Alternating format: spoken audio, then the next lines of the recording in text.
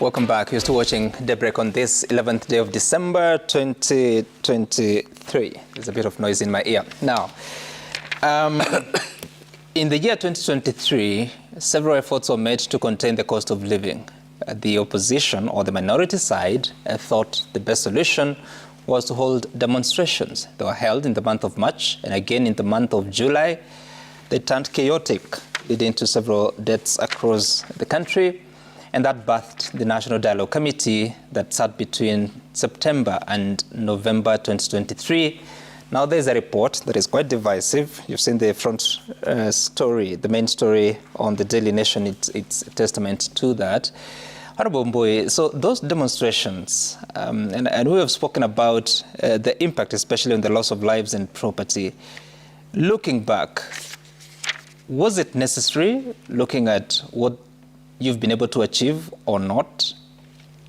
You know, Sam, anytime you talk about demonstrations, you must always go back to the supreme law, the Constitution, which is very clear because, it anticipates a situation where there will be disagreement between the public and the leadership, which is the executive.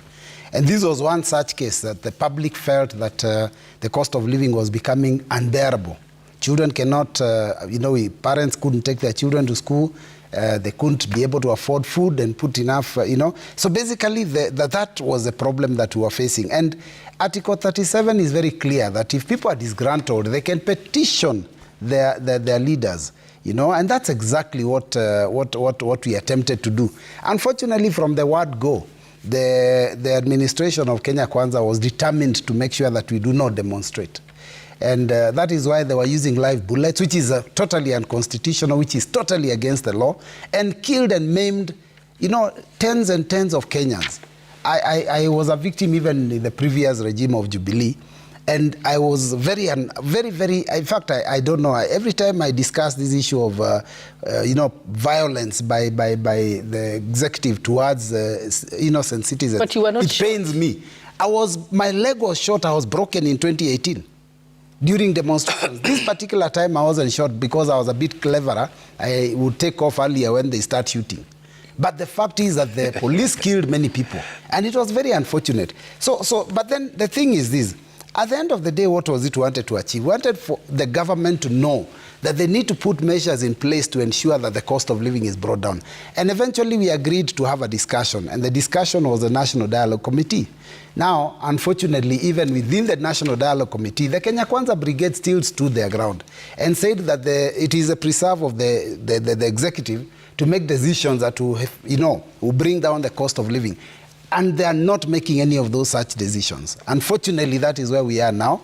We have a report that has, there are certain things we agreed upon. There are several we disagreed, we agreed partly, and there are those that we disagree on. On the part of cost of living, I think that the proposal to reduce, because they proposed to reduce, an adulterated levy on fuel by 3 shillings, and I think the road maintenance levy by 5 shillings per litre. I think that's a drop because the minute you put the 8% VAT, already that is the equivalent of the 8% VAT that you marked up. So it's unfortunate that we are still grappling with the high cost of living, and this regime seems to be clueless.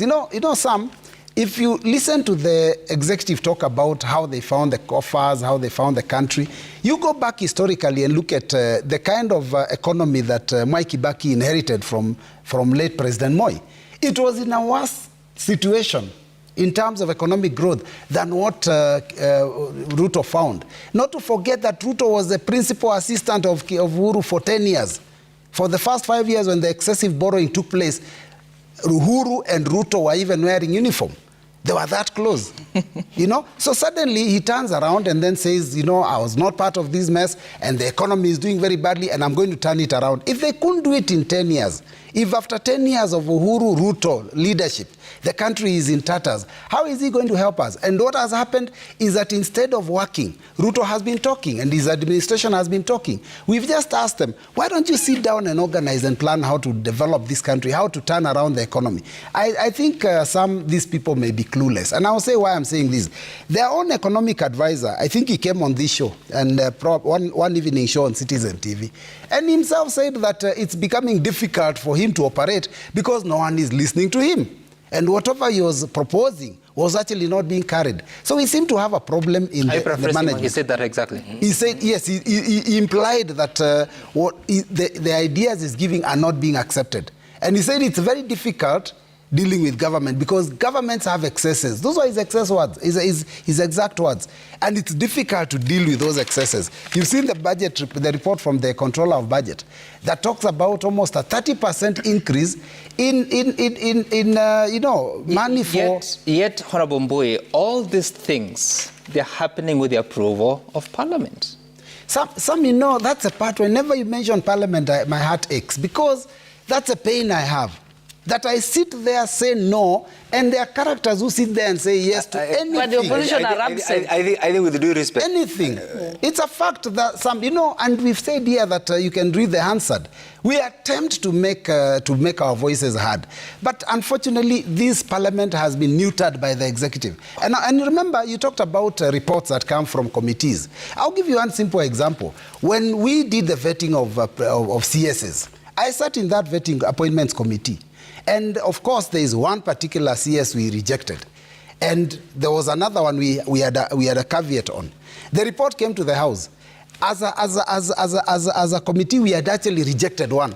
And when it hit the floor of the House, the leader of majority, who was part of the vetting committee, sat there and made sure that that person whose name had been rejected was returned and the person was voted in. I mean, that's a kind of tragedy we are dealing with. It's an unfortunate situation, but I think the Kenyans were right when they went to demonstrate. And I can tell you the unfortunate situation is that at that time we were helping them to guide them. But when Kenyans will go to the streets without us as their leaders, is when the country will collapse. Honorable Mbui, you're saying that it is within the Article 37 of the Constitution. But yes, when you look at what you've been able to achieve versus the cause that you are setting out for, does it tally? No. It's unfortunate because we are dealing with a regime and people that don't want to listen. Okay. We just talked about the finance bill here. When it was Finance Act, when it was a bill, Kenyans went over 90% rejected a lot of the proposals, but they saw light of day because Parliament was used as a rubber stamp. It's unfortunate. All right. I know you've been impatient, yes, Honorable Speaker, but let me hear from Honorable Kenan first, because yes, Article 37 allows people to picket, to express themselves. And you saw how chaotic it turned. In fact, you saw senior police officers in the city and the country saying that demonstrations were illegal. What lessons are we taking into 2024? Because it is not always that citizens will agree with what those in power are doing. These demonstrations actually have had three aspects. Kenyans have had elections. And you see the idea of the demonstrations actually have been mutating. The first time, they said they don't recognize that there's a government. They don't recognize William Ruto's presidency. That is the first statement. And therefore, their first agenda was to go and occupy State House. When that was not possible, the second thing was to come around and say, we are now fighting for their rights. The third thing was the issue of the cost of living. You see the contradictions. And this is consistent with, go back to the history of this country. From 1963, start from 1969, we have had political preneurs. Political preneurs who have been on the cliff to benefit from election crisis. From 1969 up to 2022. They were not any different. And even right now, I'm sure even my friend here, Mbui, must be floating. Because I know him and his group have been duped. And one day he will tell us before 2027, you have been duped, you have been conned, you have been used. He knows the usual group who normally use, who have turned our elections actually into opportunities to mint, to con all the successive government. And in fact, I'm glad that you are bringing any similarities between what Mzee Moi did and what happened. Mzee Moi graciously, peacefully handed over power when he was even on the hill of stones. And nobody did what Mzee Moi did. Actually, in the African continent, Moi, if you compare him with his peers, he's a great man, great statesman. Under very difficult circumstances, he refused his advisors, he handed over power peacefully. You have never had Moi and cohort, after they were defeated, to go to the streets and say they are demonstrating. No, he enjoyed his retirement, accepted graciously they were defeated. But here you are, You know your cohorts, my friend. Every election from 1969, they are there demonstrating, they are there picketing, and they send, come to parliament. I'll tell you this as a parliamentary practitioner. I don't want parliament to be abused. Parliament is a house of traditions. Parliament is a house of records. If you are not satisfied, there's something my friend here, my friend Kaluma did recently on this administration committee. He was the only one out of the 7 Azimio members who penned a dissenting report. That is why Parliament is called the House of Records. Now, all these other things, I'm sure they have lost the control of their members. Where are the dissenting reports of your members of Parliament, which is supposed to be part of the archive of? In writing. In writing. It's not there. Meaning, either the leadership of this group is so inept, or they have lost the confidence of their members, or even them, they are double speaking. That is why, if today, and I'm glad that my sister here has been challenged, when you do your report, go back and find out how many dissenting reports. Because in parliamentary parlance, we say, let the majority have their way, and the minority have They are saying. their say. It's a parliamentary practice. If you don't get, the absence of those reports tells you that this is just meant for the public facade. Now come back to this. They demonstrated. We have a report. The demonstrations have only achieved one thing.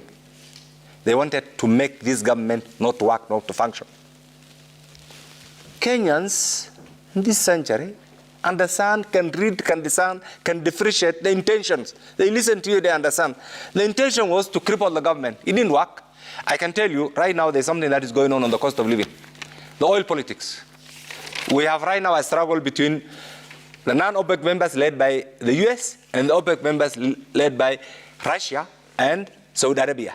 In the next few weeks, because right now, for the first time, I'm told, in the last 3 decades, the US oil production has now surpassed that of Saudi Arabia, which is a leading OPEC member.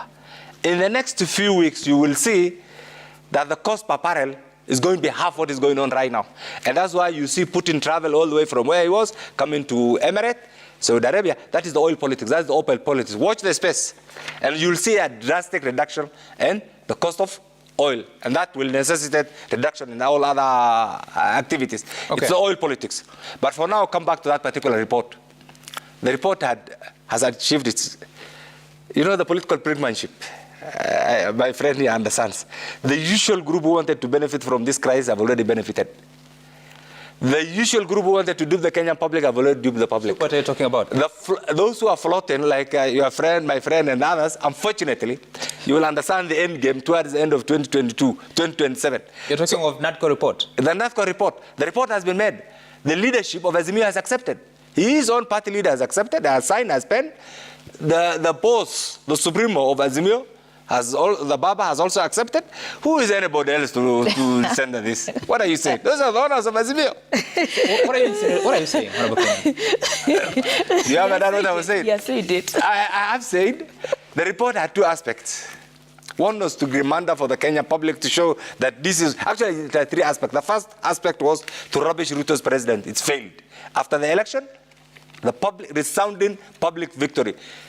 Announcement by IEBC, 3 confirmation by the Supreme Court. The 4th aspect was to deny that this person doesn't enjoy legitimacy. Kenya has refused. What happened? Now they have to go back to Plan B. Plan B is, how do we make something good out of this crisis? Let's go for Mandamando. They went for the Mandamando. These guys were floating. They were sucked into the Mandamando, ran around, eventually negotiated through the back door. We have the report. The report now enjoys legitimacy because his own party leader was the co-chair, signed. The Supremo has also accepted. It has been tabled in It Parliament. has been tabled in Parliament and we will pass. And I can assure you will be the first one to second the report. It will be moved by the leader of majority. It will either be seconded by him or his boss, the Honorable Wandai. And that becomes part of the parliamentary. But the other bit now is for parliamentary committees to pick up and to contextualize the same into either constitutional amendments or new bills or amendments or a public policy statement. That is another process in Parliament. For now, You said that you're not saying now. eh?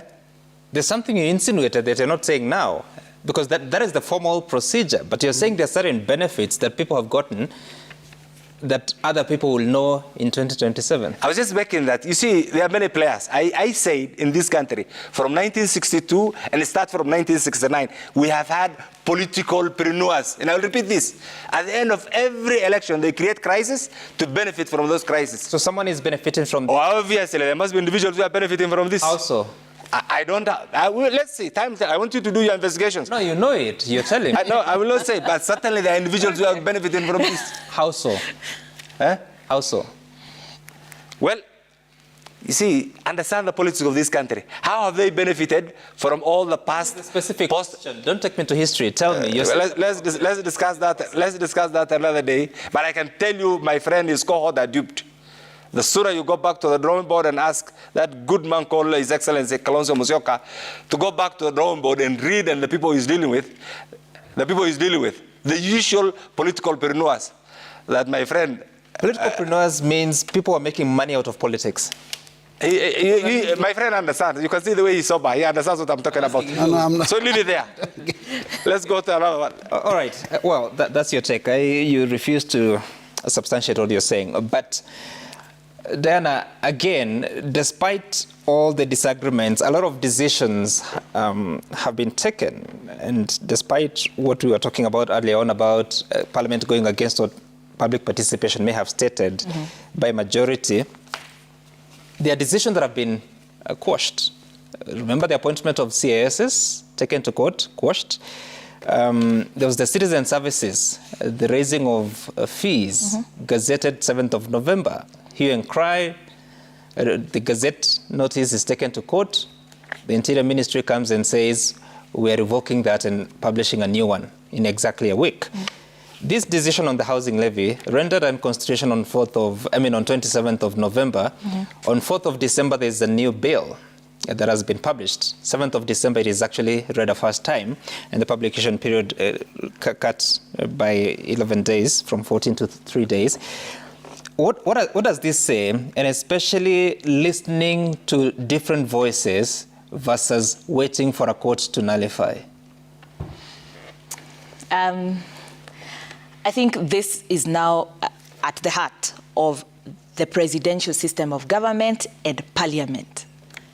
All these things that are being rendered nugatory would have been debated in parliament, and taxpayers' time and money saved by listening genuinely. By listening genuinely and representing the people. Allow me just to go briefly back to the finance bill report and link this to the NADCO report. One of the things that has been discussed there is the need to address the cost of petroleum products. If you read the parliamentary report of the Finance Committee around the finance bill, everybody informed that committee the implications of standardizing VAT to 16%, which is doubling it for petroleum products. This is at the heart of the cost of living right now. If that had been discussed by members of parliament, not as opposition, and you see it's majority minority, not opposition, government, not what comes from State House. When it comes to parliament, we expect that Kenya Kwanza now realize they are the majority, they must speak for majority of Kenyans, not a dominant figure in the presidency. If that had been factored, we wouldn't be where we are. And the proposed measures to increase tax have been counterproductive. They have resulted in job losses and lower targets, as has been reported by Professor Ndungu. Parliament at that point should have focused on budget expenditure and prudence. The austerity measures should not be coming from the president. We should have seen that done methodically by both the majority and the minority side. Unfortunately, when it comes to budget making, none of them, not the majority, not the minority, invested. or put their mind into austerity that we are in an economic crisis. That's one of the areas that Parliament has really failed us as Kenyan. On the housing levy that has now been declared unconstitutional, and there's a new law to quickly help comply, it has to be problematic because the legislative proposal was a saving. After second reading, the legislative proposal was changed to a tax. Good lawmaking would require that we start afresh and now consider a housing levy as a tax and get input. No Kenyan gave input to a housing levy as a tax. We all gave input to a housing levy as a savings. And that is something, I don't know, that even the court, I have a problem with that, because if we do not, Honorable Keynan says Parliament is a house of record, precedents and so on. If we set a bad precedent, we will be getting legislative proposals that are sneaked at the last process and therefore do not follow the constitutional requirement for lawmaking. The Chief Administrative Secretary, at least their Parliament iliosha mikono, na wakasema hapa hatuna maoni. It's not in the Constitution. They were sworn in. The judiciary stopped. We in the civil society, we really spoke about this issue. We tried our best. We even made some mistakes, but we spoke about this issue. Because attempts to rewrite the Constitution by the executive must be fought in the strongest manner, in the street and everywhere else. The court allowed 23. The court said that was there was a public participation. But let's just read the Constitution. And this is a Constitution 13 years into it. What is this that the Kenya Kwanza executive is struggling with, that they need 23 or 51 chief administrative secretaries to act as ministers at a time when pensioners do not have their pension? We are not able to remit statutory deduction. These people will be taking $500 million. Is it $500 million? Every year, in just salary, not any other benefit. What's the value add? For a government that is going digital, the cabinet secretary, the principal secretary can get view. Let's analyze. Let's even use artificial intelligence. At the highest level, it's not even job creation. We cannot continue allowing political expediency at the cost of the economy. And for that to be tabled as a legislative proposal now by the leader of majority, that we must have chief administrative secretary or a head of, there's a new one, the head of public service. New terminologies that move away from the Constitution. Why are we resisting the Constitution? This is a Constitution that put this government in power. Why are they so keen to mutilate it? If anything, we should be, and think about this vis-a-vis austerity. Is that austerity? Government is facing job cuts. We are saying state-owned enterprises need to go private, including the ones that are making profit and could give us money. So job losses, but you have to create jobs for 51 people. What would be the thinking be for this? Isn't it just making a mockery of Kenyans and telling them what I want, I get? It may not be good for this country, but anything I want, I must get. And on top of that, a cabinet secretary wakes up, disregards the fact that legal identity is at the heart of human rights of all services. And you decide to hike by even 1,000% the cost of accessing legal identity documents. Even the World Bank, the UN has said when it comes to legal identity, government must always endeavor to ensure that they remain free. We will have very many people in Kenya without identity cards. Honorable Kenan, you know the struggles that your region has had with this. True. Birth certificate. Then you raise the cost to this level so that there will be no compliance. Then what? Then what? If you're breaking the very foundation of creating citizenry, nationhood, what do you want us to say about 2023 and Kenya Kwanza? And you know their manifesto was very good. All these things they are doing are not in their manifesto.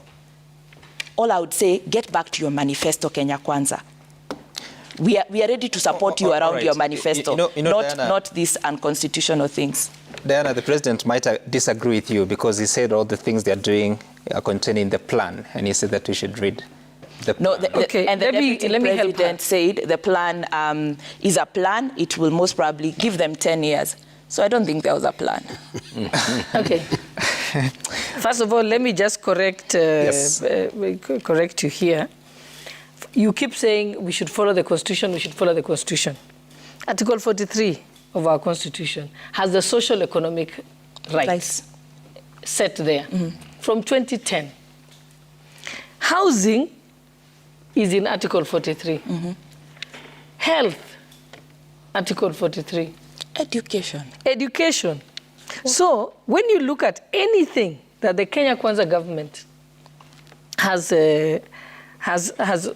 been doing, has to do with the Constitution. So when we talk about when we go into the debate about the housing levy, why aren't you saying how we going to achieve affordable housing, sanitation, health? So those laws, they are not new rights. No. Our tax is enough for those rights. Diana, allow her to. Yeah, let me explain. No, when you say, you know very well also, Diana, that we have been operating on a deficit in our budget, not during this government, the previous government, and the previous government. So when you tell me you want to achieve Article 43, how are you going to achieve it? Where are you going to get the money? And there's only two sources of money you know very well, either by taxing or borrowing, one of the two. So why don't you give us an option and say, I want us to borrow more, so that we can actually, our economy can collapse. Let's borrow more. Because how else do you want us to build the houses? In one hand, the Constitution is saying let's build houses. On one hand, the Constitution is saying that we should provide universal health care. On the other hand, the right to education. And at the same time, you're saying you're against the laws that are providing that. So I think it's deceitful for people to demand for one thing on one hand and then say, oh, your hands are tied, you can't do it. So let us look at all the actions. We have now agreed housing is a constitutional requirement. Health is a constitutional requirement. Education is a constitutional requirement. That's why now we have COOPs. We are having scholarships for students who are not able to afford. Setting up the Hustler Fund has got to do with improving the cost of living. If you look at the issue of privatization, we are saying, when you talk about wastage, because you all complain about wastage, but one of the wastages that exists actually is government being in business and running at a loss. So Kenyans for a long time have said Kenya government has no business being in business. Let's give it to the private sector or people who can run it at a profit. Yet again, you object to that. So I cannot understand. Speaker, that statement is contradictory. If government is not in the business of business, what is it doing with KNTC? What is it doing with government to government? Those are the things, actually, that's what she's alluding to. Those are the things that the government now needs to... That's what we're saying. We are relooking. We have relooked at the first set by having the privatization. But incrementally, we shall look at all of it and begin to say, does this make sense? If government is running a corporation that is running at a loss, then we must rethink and say, should we really be in that business? So what we say is that if you're supporting a cause, just support it all the way. But not in one hand, you say, don't do this, do that, you know. It's not making sense at all. No, Deputy Speaker, again, tell me this, because... And I haven't finished. Let me just finish. It's actually an opportunity for you to clarify on the issues that have been raised here, because it appears that, again, the question of the executive coming up with a proposal, hearing from the people, hearing them, interpreting what they hear, doing it contrary, then coming back to correct issues.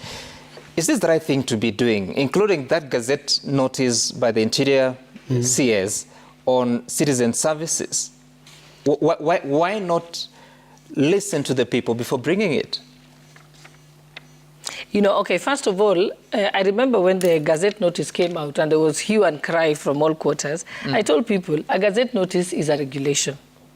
Under the Statutory Instruments Act, that particular regulation will come to Parliament. Within 7 days, the minister is required to send it to Parliament. And Parliament is expected to deal with it within 28 days. And during that time, Parliament has up to 90 days to do public participation. So people rushing to court was actually premature. But again, you must ask yourself, why do people rush to court? She's in the civil society. The civil society get funding from donors based on activities. One of their major programs is going to court. And they are funded.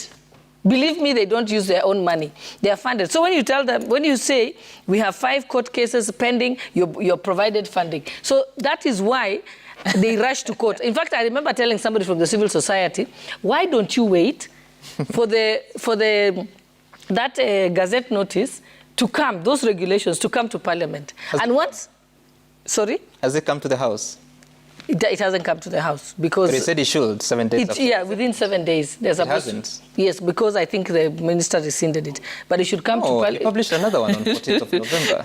No, okay, all right. If he has published another one, then it should come to Parliament. I don't get it. It goes to the... It's a requirement, actually. It's a requirement. Under within the 7 Statutory Instruments Act. It should come to Parliament within 7 days. And normally, it is by a letter addressed to the Clerk of the National Assembly. Right. The Clerk of the National Assembly then marks it to the Committee on Delegated Legislation.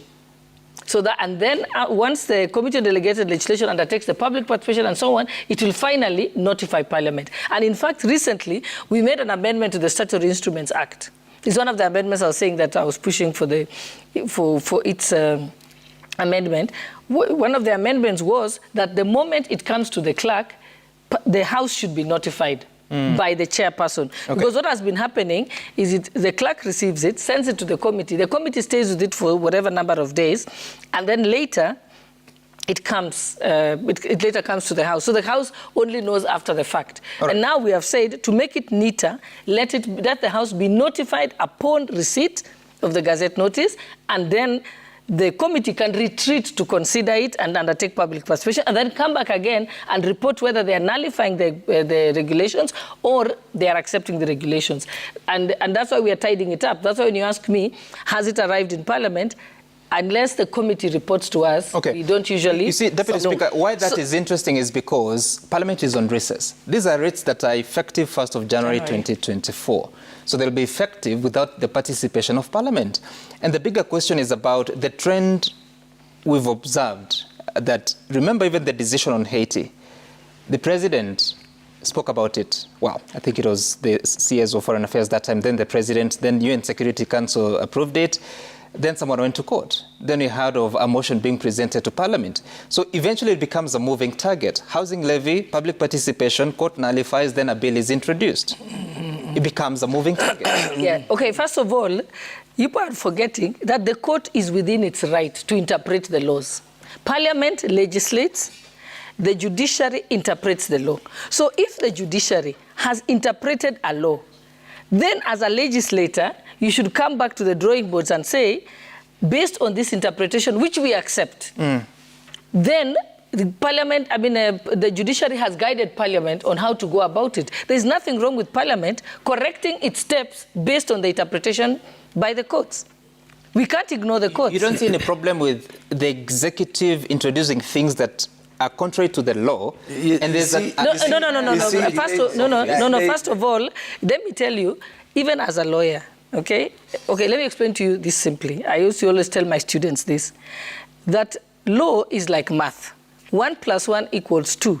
But the difference between math and law is it can be 2 or 3 or 4. There's 3 scenarios. There are 3 positions that could be correct except that the only time that you can know it's confirmed is when it is interpreted by the court. Then the court will say it's not 2, it's not 3, but it is. Deputy Speaker, that is fine. What? But these are state officers funded by the public money, by public taxes, to make the right decisions that are within the law. So when decisions are being made and it has to take the judiciary to say that this is wrong, yet you have advisors paid for by the taxpayers. Okay, so maybe Sam, you're not listening to me. What I'm saying is the reason why we have a court process in the first place is we know that laws can be interpreted differently. And because we don't know with clarity, that is why you go to the court. So once the court has interpreted it, we now understand that's the interpretation.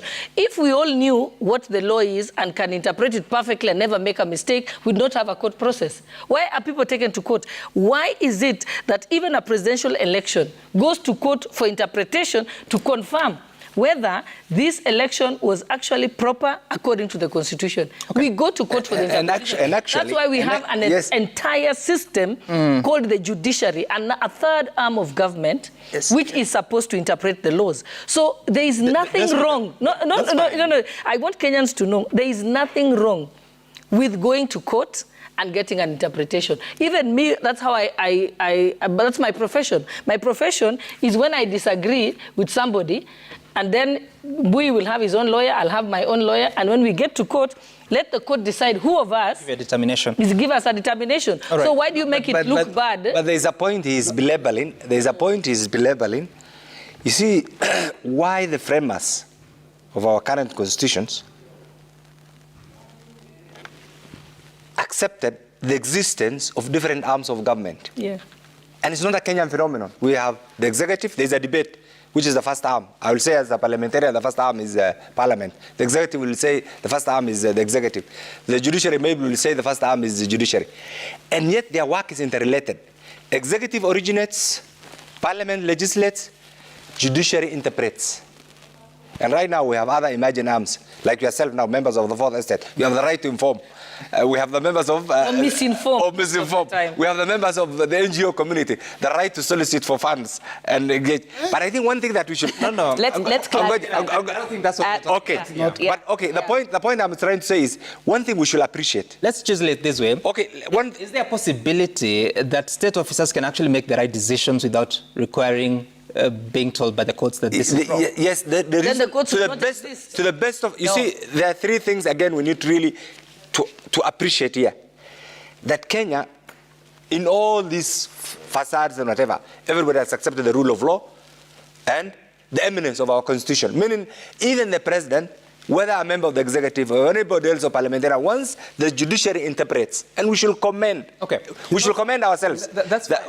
Wait. We should commend ourselves that this is a country of constitutionalism and adherence to the rule of law, that everybody subjects himself to the rule of law. That is why when the court made a decision that the housing levy has a legal framework problem, now what is now on Parliament is to correct and create that legal framework, and everybody accepts. So you cannot be punished for making a mistake in your decision. That's why we have another group to interpret. But I think I must put this, that issue of citizen.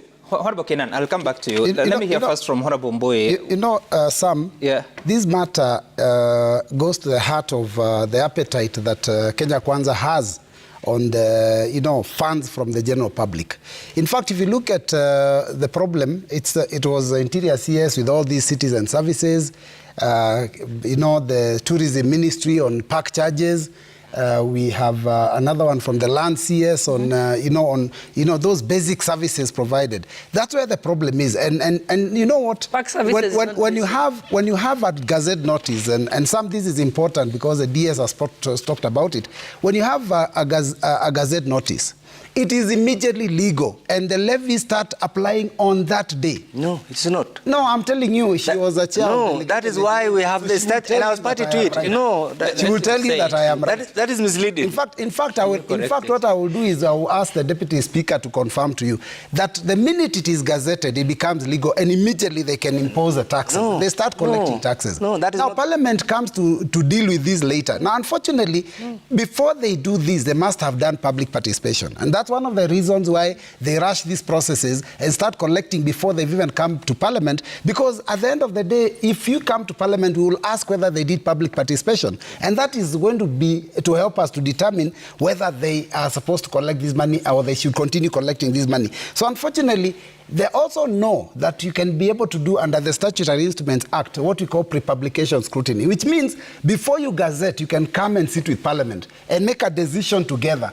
The executive has constantly ignored that. They have always rushed and done these legal notices, and then they start collecting money. Now, I will tell you the problem, I think, is the appetite that Kenya Kwanza has on money from Kenyans. That's where the problem is, and that's why they're making mistakes when it comes to collections. That's why they're introducing levies, introducing taxes, introducing fines, fees that are ridiculous. The other day you saw the other one that they are proposing. I think it's under NTSA on traffic offences. I mean, we have completely made this country a cash cow for Kenya Kwanza, and we have to deal with this. Would you rather we borrow? I would rather you be realistic. No, because you cannot be charging somebody 250,000 fine for a petty offense, petty criminal offense. I think there is a problem, and the problem is Kenya Kwanza's appetite. And you know what, Sam? I'm happy that Keinan has talked about the issue of prices of fuel going down because I think there is that discussion out there. But the same administration of Kenya Kwanza told us that the outside wars in Ukraine, I don't know where, Russia, they have no influence on fuel prices. They Now, said it will be determined by the forces of supply and demand in the international market. The minute we start healing as a nation is when Kenya Kwanza stops telling lies. That's the only day we'll start healing. If we stop telling lies and speak to each other fairly and believe that Kenyans are intelligent enough to know when they're being cheated to. Some you saw the other day, the deputy president himself said that he's given 10 billion to counties to deal with the issue of El Nino. That was a total lie. He hadn't given any cent and caused a lot of governors headaches because like the governor for Mombasa County was having a problem with these people because people are saying, where have you taken the money you got? Then the chair of the Council of Governors came out strongly and said that is not true. You haven't given us money for mitigation against El Nino. So there are certain lies that are constantly being peddled around this country by Kenya Kwanza, and that's why we need to deal with it. And you know... Then and you want to keep... Okay, it's okay. Then tell me, that part of, let's do it, see what happens, Yes. then correct later. Is there a different route that the country can walk?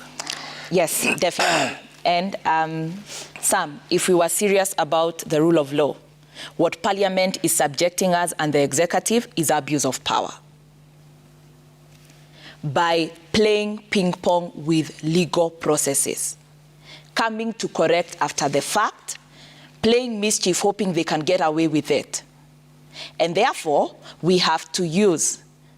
They keep saying that civil society gets funding. And luckily, they have all indicated that whenever the Constitution is at risk, we must go to the judiciary. So I think that's also an assertion that civil society really understands the Constitution. Now, we source funding from the people, from government, from foundation. When government goes to court to correct their own mistake, they are using our tax. So they are also funded. They don't do it for free. And lawyers are the bulk of the pending fee. I'm a lawyer myself. Things that we do not need. This is part of the austerity measures that we require. We are raising taxes. We are trying not to borrow, but we are now borrowing more because we are over-ambitious. This jacket must be cut. Where do we start? All these rights have always been there. Will we create a water fund so that people get water? A sanitation fund. There's already that. So that we are able... We have water companies and sanitation in every A country. A direct tax for every human right. They already exist. Human rights are obligations of the state. When we put everything in the consolidated fund, tax or debt, it ought to cover everything. Socioeconomic rights should not be different from civil and political rights. At this rate, then create a security fund, a defense fund, Those are also rights. Exists. One for demonstration. Dignity They rights, exist. freedom of expression fund. Kenya and Human- taxes Kenya that- Human Rights Commission. It Human is Rights so, Commission, it is they so already exist. misplaced. There's a reason why human rights are universal and indefeasible. When we start splitting them, we lose it completely as a government and as a people. And this is something that must change. Parliament can follow the law. And Parliament is very well resourced.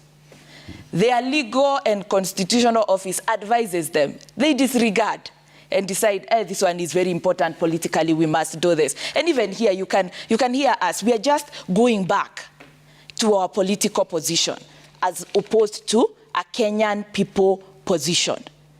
The Parliamentary Budget Office, every year, every quarter, they do an analysis. They don't publish it. By the time the Controller of Budget is coming to tell us, we are not doing well. We are still spending so much on luxury. The Parliamentary Budget Office has given this information to Parliament. They give them budgets that would lead us to survive within our taxes and start reducing on our borrowing.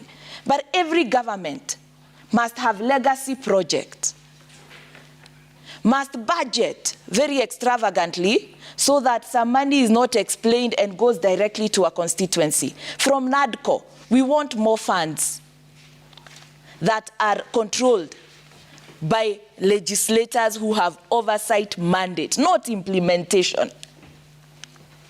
All this will mean we keep increasing people's taxes. Parliament should listen to not civil society, the Kenya National Bureau of Statistics, that has said since 2019, the incomes of Kenyans are on a decline. So as you create very many taxes, which incomes are you relying on? If you can create taxes for outsiders, that's okay. And even globally, global economies are on a recess. So we must balance all these measures. And the answer is in expenditure. It is time to trim our budget, to trim our ambition, and communicate genuinely. Kenyans are willing, even in a family, when you're told if we don't do this, we'll be auctioned, the children behave, they know we must agree, the Lord will protect us at that point when it's genuine. But when it's not, people are still wearing luxurious watches and so on every day, and they are telling us austerity measures. No, hapana. And Kenyans sai tumesoma, wajinga wameisha. So that has been 2023. Has there been any positive thing? Quickly, Honorable Kenan, any positive thing in 2023? I think everything that we have been discussing is positive, only that we are interrogating and consuming it in different perspectives. We have a functioning government. We have a government that makes decisions, a very progressive government. Our president is an international star because of performance. Recently, we hosted the African Climate Summit here. Our president was given a standing ovation in COP 2018, even where he was not there in Dubai. He was the first president in the last 3 decades after Mandela to address the European Parliament and got a standing ovation. You think they are fools? They are not fools. They are looking at what is happening in the country. And therefore, for you who is blinded by your history, for you who is blinded by your political misconceptions, for you who is blinded by your egoism, you will not see that so many positive things are happening, but there are challenges. The challenges, cost of living, most of it is global. Others is because of wrong decisions that we have made must be addressed. We have the issue of floods, which unfortunately has not been addressed properly. There are so many things that we need to do. There's the issue of crime, there's the issue of cattle rustling, there's the issue of corruption. This notwithstanding, for the first time since independence, we have a president who is making decisions. And let me tell you this, the fear of the unknown is what has stagnated everything in Kenya here. The fear of the unknown. Nobody wanted to make a decision. Okay. Once upon a time, and I'm glad that Honorable Raila made reference to this, in 1968, we are done a nation. What has stagnated Kenya? We lent Singapore, South Korea in 1968. The GDP of South Korea today is 58 times that of Kenya, and yet they have no known resource natural resource. You know what has happened? Individuals. How many individuals have been removed because of making either the wrong decision? Or, that is the route that we need to take. Let's make decisions. The decisions might not all be right. But somebody sitting somewhere saying, nature will sort out itself. We'll do this. What are the magics that Mzee Kibaki applied between 2002? Our GDP was 187 billion. Within 3 years, our GDP rose to 1.7 trillion. What magic? The magic was applying both macroeconomic and microeconomic pillars, localize it, use it properly, create a conducive environment. But here we are, on one hand, we want to create scarecrows, send away investors. We also want the government to create, let's be honest, this government has been elected by the people of Kenya. Give the president and the government an opportunity to implement their manifesto. If they fail, use the power of the ballot in 2027. But for now, one side we are saying, do this. On the other side, you are negating everything that they want to do. You want to use every opportunity to rubbish, honestly. Let's be fair. If they fail, we have a competitive democracy. 2027 will come. I think, Sam, let me give you a suggestion. Yes, I want you to have a show where you call members such as Honorable Bui, the civil society, just their own show. And I want them to tell Kenyans exactly how they suggest we should turn around the economy. I want them to say, don't borrow, don't tax, don't do anything, but the economy will change by some magic. So it is very easy for them to continue complaining. Yes, it's very easy to say, don't do that, Witchcraft, this is wrong. witchcraft. No, let's not go there. Yeah, no, but what I'm just saying is that it's very easy to complain. But to create solutions is very difficult. Okay. What has been presented to Kenyans are solutions. We have passed laws which we believe are solutions. But if they have a better solution, I want you to put it on the table. Why don't you spend your time on air, like now, and give me a solution? Don't say, this is wrong, that is wrong. That is what is called alternative government. Lamentation. That is what's called alternative government. Yeah, they're just lamenting. About positive, and I want to give the positive. Now 4 minutes. I want to give my positive. 8 a.m. Yes. You know, I want to give my positive because we have to agree. First, I want to say that President Stop the lamentations. has stopped, telling lies. Now he's being truthful. And he's told Kenyans... And telling lies is unparliamentary. Telling lies is unparliamentary. Well, he's been economical with the truth. In his globetrotting, he's told us that he'll be looking for jobs for Kenyans, which now tells us that he is not going to create jobs as we expected earlier. That's a good positive. At least now he's confirming... But you're twisting it, Honorable Mbui. No, but I'm saying it's positive. That's what they now do he's best. Confirming that what he said that you create jobs locally That's is what not they do happening. best. So he's going out there to source for all right. No, my question was simple. Has there been positives in the year 2023? Those are the answers. I'm still waiting for my answers for what's positive. The feedback this morning at Citizen TV Kenya, at Sam Gituku, the hashtag to use is daybreak. Leonard, you're saying, truly, the Kenya Kwanza government has for a long time blamed the previous regime, and this is where they started failing. Would not be where we are if they focused on what they promised as Kenyans. They have messed up with everything: taxation, health, and worse is education. TSC is captured. Ooh, okay. Bobo Tieno, Robert Mbui should know that it took late former President Kibaki 3 years to stabilize the economy when he inherited government from KANU. And you know how pathetic the economy was when President Ruto took over power. Jay Musoma, when you see banks raise concern over loan default rates, just know that the decisions we make as a country are not favorable to economic growth. What happened to Kenya Kwanza's pesa mfukoni mantra now that we don't have disposable income in our pockets due to payslip mutilation? Samuel Oworth, you say that Kenya Kwanza made promises, yes, lots of it, but those cannot be fulfilled in 1 year, surely. An honest and meaningful review of progress should be after 3 years in office. Let's be patient. We should start asking hard questions from 2026. All right. Okelo Mwalimu, you're saying that this year has seen massive deterioration of standards of living. Thanks to poor economic plans installed by Kenya Kwanza regime, hustlers have graduated to pauperism and there is nothing they can do about it. Mama mboga siku hizi anaomba mboga ya kupikia watoto, all poor Kenyans. And Moronge, David, you're saying that as we close the chapter of 2023, a look back at Kenya Kwanza politics reveals a year of resilience, civic engagement, and passionate debates. Let's celebrate the democratic spirit, learn from our experiences, and march forward united towards a more inclusive and progressive future. And finally, Bob Otieno, again, you said that I guess Diana can make a good advisor to President Ruto. Is he watching? Well, Diana, do you want to become... A good complaint. A good complaint. No. It's about cutting expenditure, but... Or Rabatua. Do you want to be an advisor? I'll continue advising from the space I am in. Yeah. Every time we offer solutions I'll be to all surprised. organs, I'll be from surprised if she's executive off or whether she will say to no. Parliament and everywhere else. I know they can listen from here. All right, thank you so much. Honorable Eden Kenan, Diana Gishengo from TSA, Robert Mbui, and Gladys Bose. You've really been of great value on this show for the entire year. We hope that 2024 will have better shows, better engagements, and all the best in your work. No, we were told that it will start improving in December 2023. We are in December. My name is Sam Gituku. See you again some other time. Bye for now.